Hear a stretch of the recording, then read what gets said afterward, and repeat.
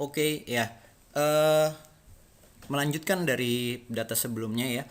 Ini ada jawaban dari Pak Presiden atas permintaan Menteri Pariwisata untuk menjadikan bisnis pariwisata sebagai core bisnis Indonesia ya.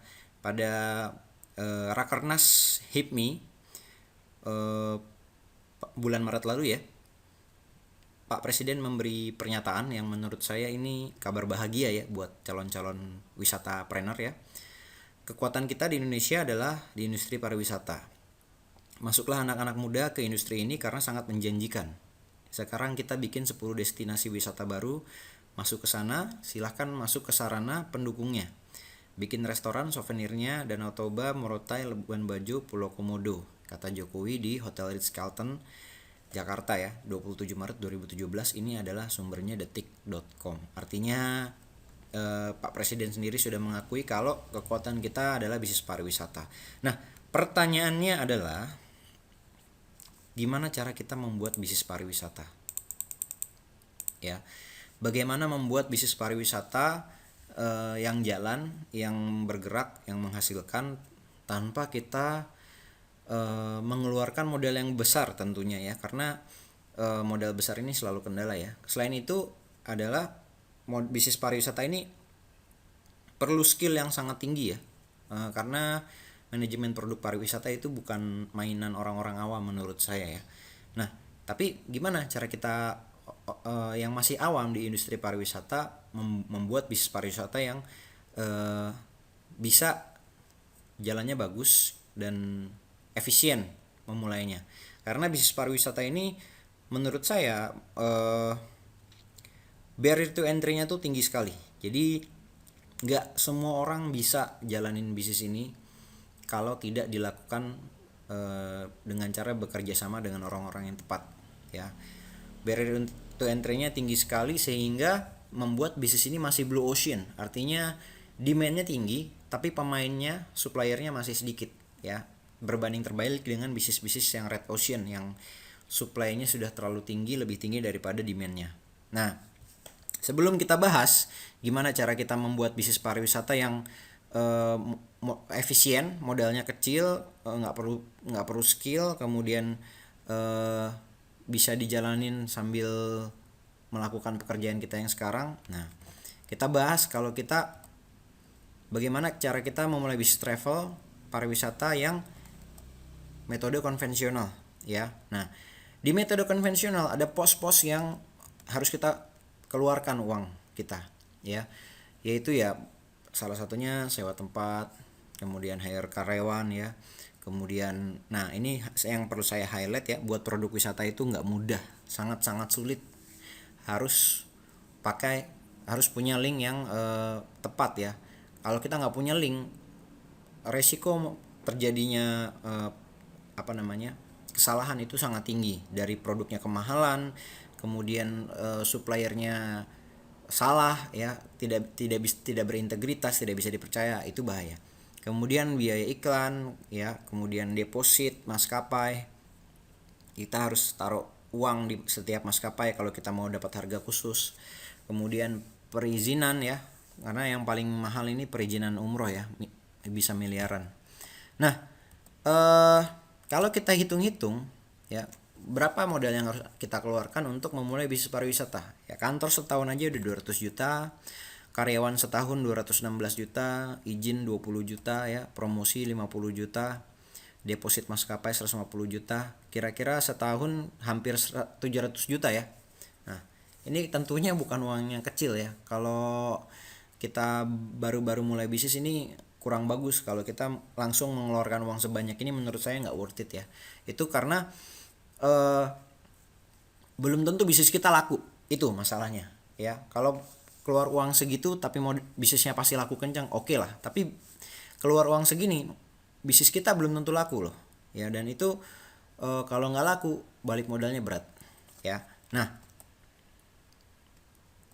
gimana caranya membuka bisnis pariwisata yang efisien secara modal, tenaga, waktu, dan skill ya? Kita pakai apa yang disebut dengan model bisnis reseller ya. Metode bisnis reseller ini ada 3 jenis, yaitu satu sebagai reseller ya. Nah ini adalah model bisnis yang banyak diadopsi oleh bisnis-bisnis e-commerce ya. Jualannya online ya. Ini cocok banget dengan model bisnis kita ya. Bisnis pariwisata ini lumayan bisa diadopsi ya. Banyak yang bisa diadopsi ya. Nah, pertama kita menjadi reseller yaitu kita menjual produk dari supplier di bawah brand kita sendiri. Kita beli produknya, kemudian kita stok, kita jual ke end user, konsumen ya. Nah, next dengan dropship ya, yaitu kita menjadi channel pemasaran bagi si supplier. Artinya kita minta izin sama suppliernya, kita mau dropship ya, bisa bantu nggak? Nah kalau ternyata dia oke, udah kita cari pelanggan secara online di channel-channel online kita. Kemudian kalau ada penjualan, kalau ada yang beli ya, kita tinggal minta uangnya dari si konsumen. Kemudian kita telepon sama si suppliernya, kita bilang tolong kirim barangnya ke alamat konsumen ya. Nanti kita bayar dia, tentunya setelah kita potong fee reseller kita ya, fee komisi kita, komisi penjualan kita. Nanti si supplier akan kirim ke konsumen. Nah, itu sistem dropship dan ini lagi booming di Indonesia. Di bidang e-commerce kita ini cukup booming karena nggak perlu ngeluarin uang sama sekali, hampir tidak perlu ngeluarin uang sama sekali, dan ini sangat efisien di uang dan waktu ya. Kemudian model bisnis affiliate, yaitu kita merekomendasikan produk kita, produk supplier ya, dengan cara mengirimkan traffic ke link produk supplier. Jadi kita minta sama supplier link khusus buat kita ya. Ini biasanya buat pebisnis internet yang sudah advance. Kita minta linknya, kemudian kita taruh di channel penjualan kita. Nanti kalau ada yang masuk ke situ, beli dari link itu, nanti kita dapat komisi ya. Jadi jauh lebih efektif lagi dari dropship ya.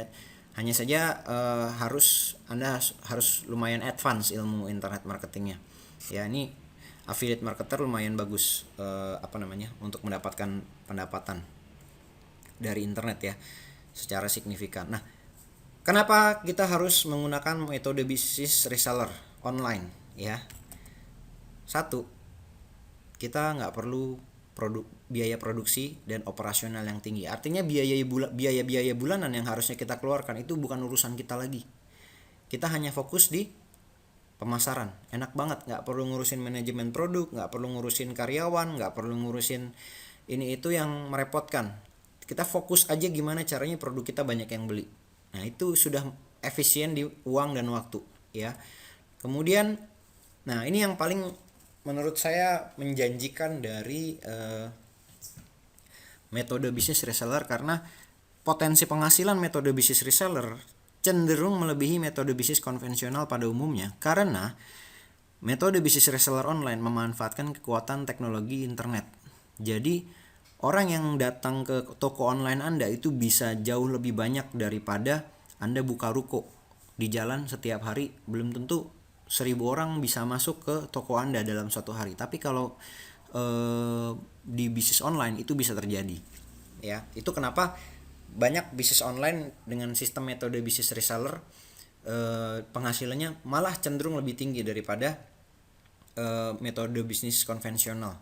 Ya, nah fleksibel, bisa dikerjakan dimanapun. Ini enaknya bisnis online. Jadi kita bisa mulainya sambil kerja, sambil jadi ibu rumah tangga, sambil membuka bisnis kita yang udah ada.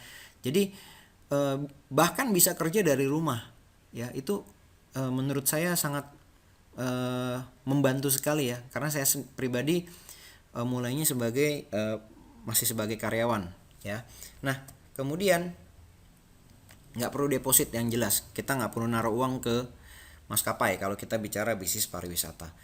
Lalu, nah ini juga menarik, bisa menjual banyak produk ya, tanpa kita repot lagi ngurusin manajemen produksinya ya. Ini menurut saya menjanjikan ya, karena kalau misalnya nih ya, ini kalau kita bicara bisnis pariwisata, kalau kita buka produk mau jual produk wisata ke Jepang sama ke Korea, itu kita harus mulainya dari awal lagi ya. Kalau kita mau buka destinasi baru, kita harus cari link lagi, kita harus survei lagi. Tapi kalau dengan metode bisnis reseller, kita tinggal nanya supplier, tinggal nanya, Pak kira-kira produk ini ada nggak? Nah kalau nggak ada ya cari supplier lain, ada nggak? Nah, Seperti itu, simple banget ya. Nah ini menarik ya, karena semakin banyak diversifikasi produk kita ya, semakin banyak varian produk kita, omset cenderung jauh lebih besar ya. Nah modal kecil, modal kecil pasti resiko kecil ya, ini jelas. Kalau modalnya kecil, resiko kecil. Jadi kita hanya fokus di dua hal ya. Gimana caranya kita cari supplier yang bagus, yang berintegritas, yang pertama. Yang kedua, gimana caranya kita memasarkan secara baik itu online maupun offline. Nah, dua pertanyaan ini akan saya jawab di video berikutnya.